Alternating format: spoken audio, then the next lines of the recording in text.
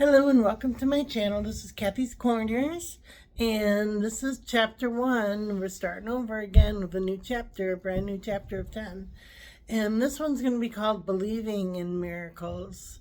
You can expect a miracle and say, Lord Jesus, or however you pray, or however you bring to your source or your spirit. I expect a miracle.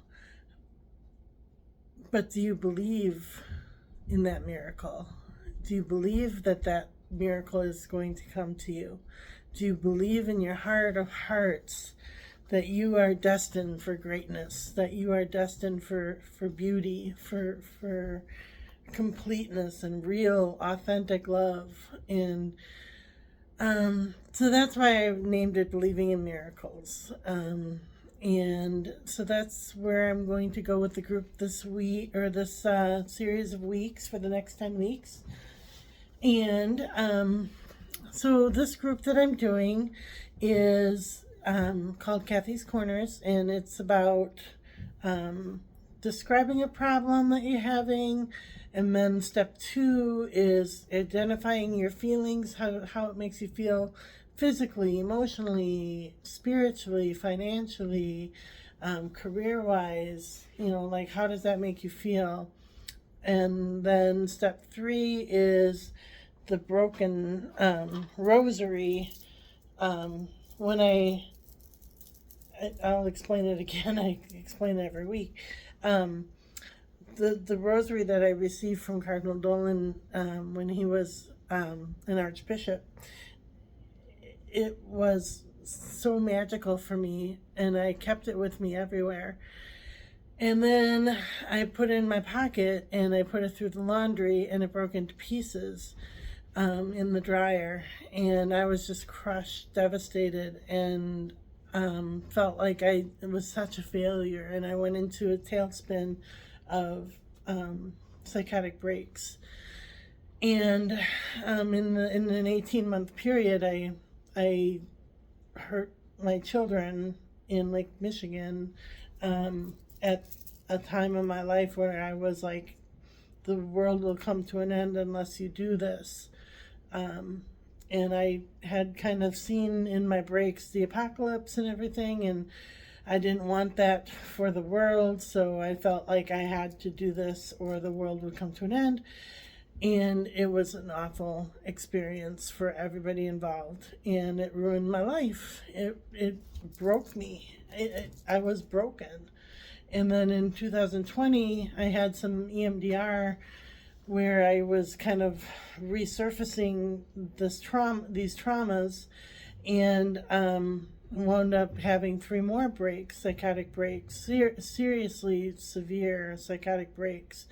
And I asked for that rosary back in my jewelry box, and when I got it back, the broken pieces were together as one. So I see it as a miracle. I contacted people about it, but nobody really believes me, so I just keep it for myself, and now I'm sharing it with you. And so that part 3 of this is like that broken, like the miracle is it comes back together somehow. But the feeling of that brokenness, or that incompleteness, or that not together feeling, that is what step 3 is about.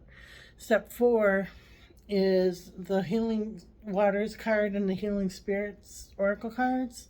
Oh, I'm sorry. No, step 4 is the tools that we use to help ourselves get out of the pit. And if it ever happens again and again and again, we can use those tools and remember those tools to try to use and apply the next time that this arises. And then step 5 is the Healing Oracle cards, the Healing Waters and the Healing Spirits. And step 6 is envisioning ourselves together again, weaved together again. Miraculously, we are together again. And then step 7 is believing, not just expecting a miracle, but believing that you are entitled to a miracle, that you are worthy of a miracle, believing that you are capable of a miracle. So, yeah. And so we'll start. My example this week is I'm having some, well, I think I've said it in previous weeks, having some court cases come up, and trying to stay balanced because August is a month coming up tomorrow, and it is a month that I have a hard time with, because when my kids were little, they would go to school and I would be preparing myself for the teachers, preparing myself for the rejection, preparing myself for the pain associated with starting school, and getting teachers on the same page, and trying to make everybody understand, and that whole process of trying to prepare myself for that rejection caused me to get very, very ill. And the month of July was always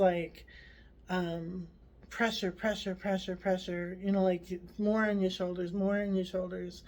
I'm thinking of the movie Encanto, where the strong girl, she's just I'm strong, but I'm not that strong. And she crashes. And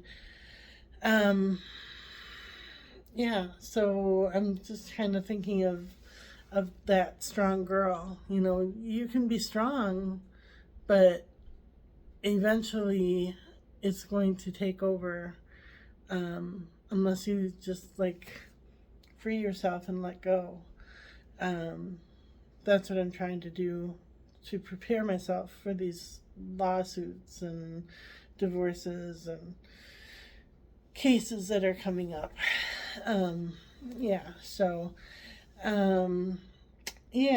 step 2, I'm feeling a lot of pressure in my head. I'm feeling really detached, kind of like disassociation, where you're not really present.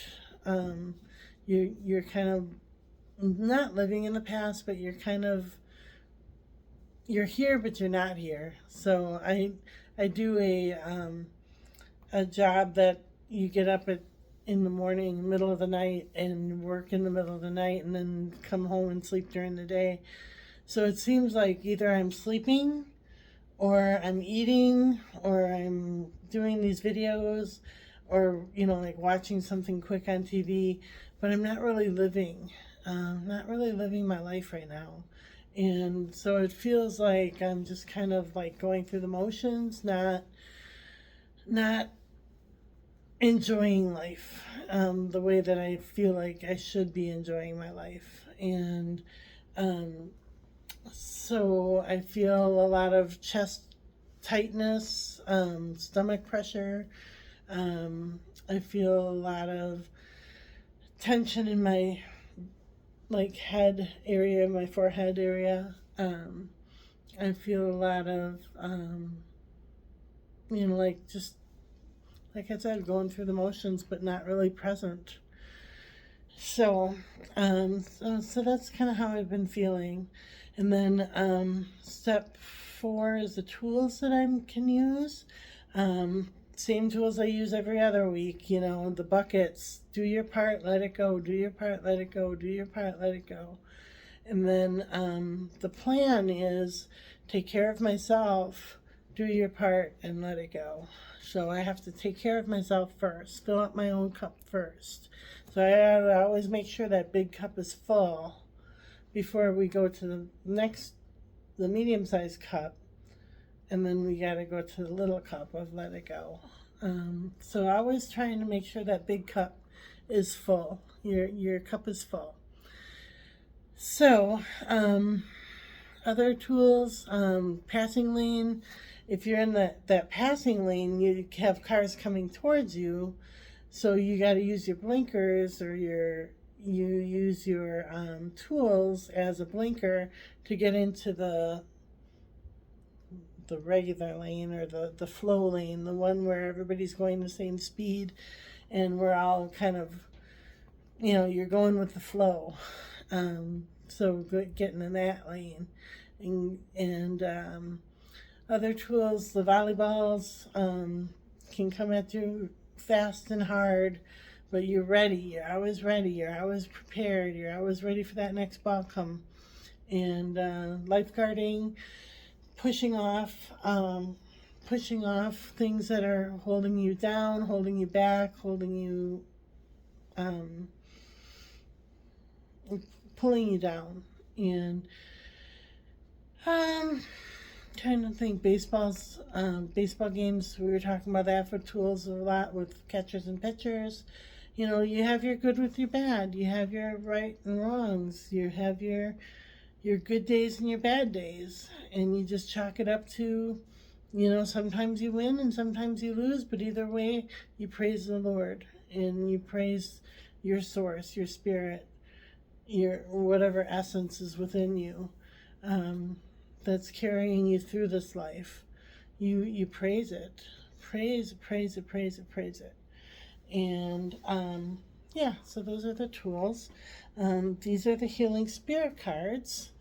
And I'm going to hold my rosary with the cards. We'll just pick a card today instead of reading everything. I don't know. I don't think anybody's really paying attention to what I read, so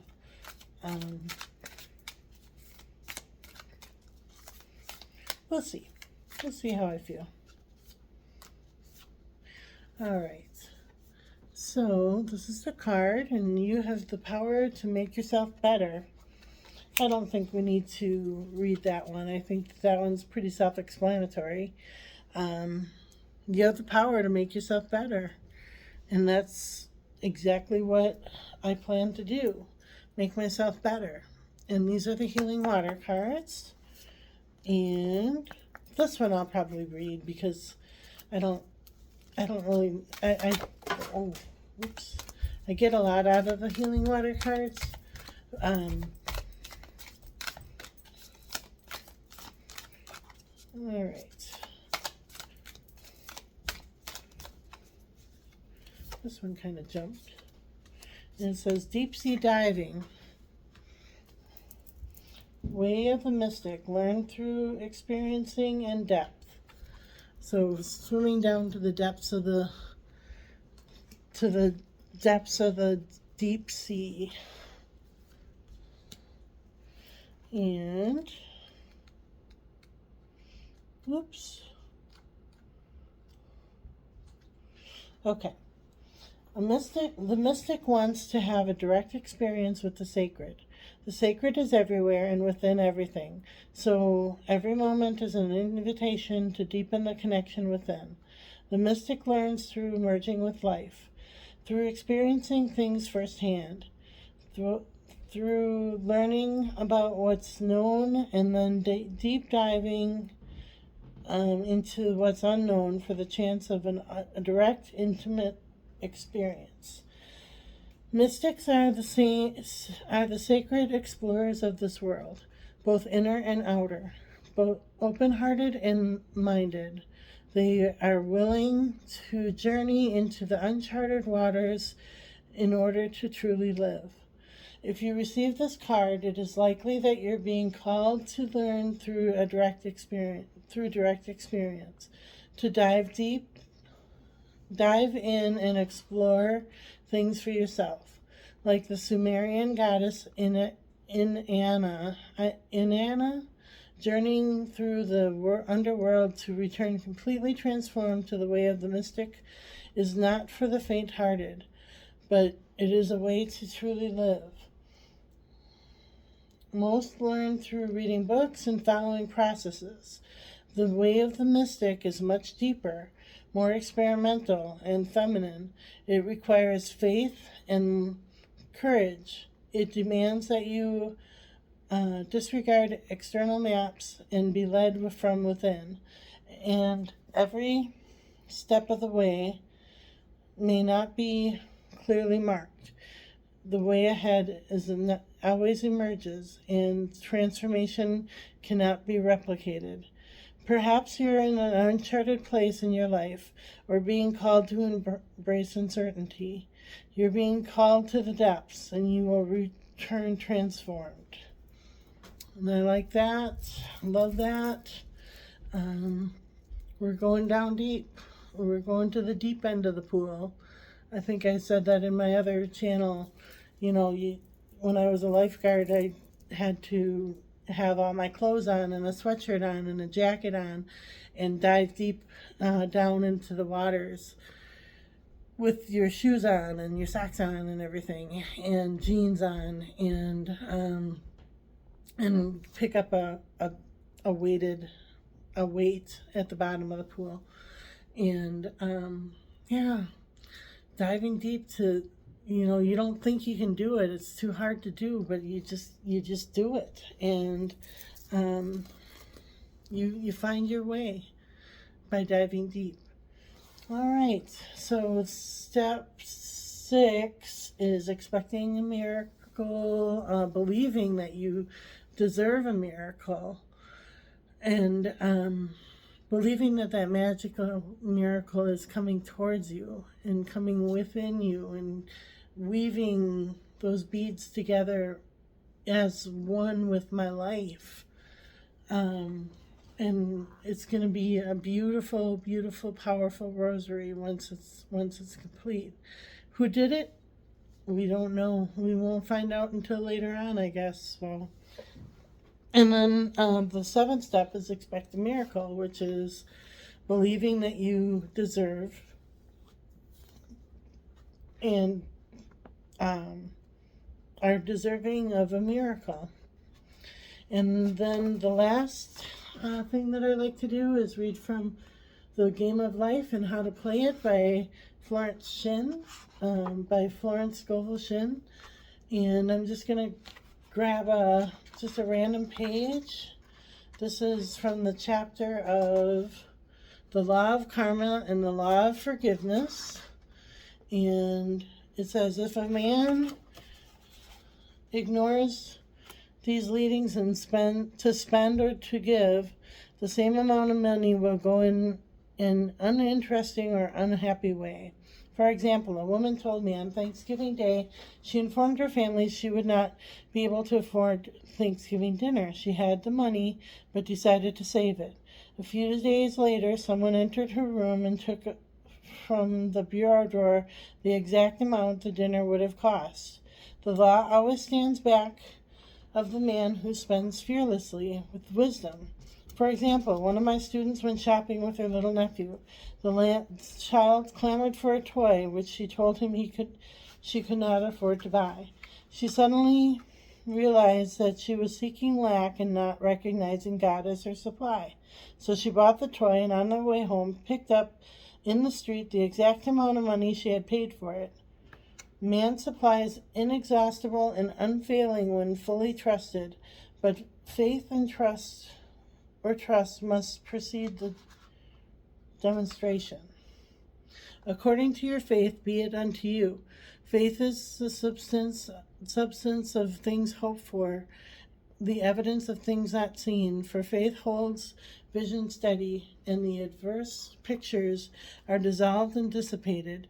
And in due season we shall reap if we faint not. Jesus Christ brought the good news, the gospel, that there was a higher law than the law of karma, and that law transcends to the law of karma. It is a law of grace, forgiveness. It is a law which frees man from the law of cause and effect, the law of consequence, under grace and will not under law. We are told that on this plane man reaps what he has not sown. The gifts of God are simply poured out upon him. All that the kingdom affords is his. The continued state of bliss awaits the man who overcomes the race or the world. Thought. All right. Um, Man would no longer throw off his body in death. It would be transformed into the body electric, sung by Walt Whitman. For Christianity is founded upon the forgiveness of sins and an empty tomb. So, with that, I hope you got something from this group, this little group that I do by myself. I got something from this group of saying, you know what? I don't have to hold on so tight. I can let go and have that empty tomb, have that, that love of grace. Just let go and let God, and and just take a breath and breathe and live and enjoy my life and not worry where the money's going to come from, not worry about who's taking from me or who's giving to me. So, all right. I hope everybody has a great week. We'll talk to you next week.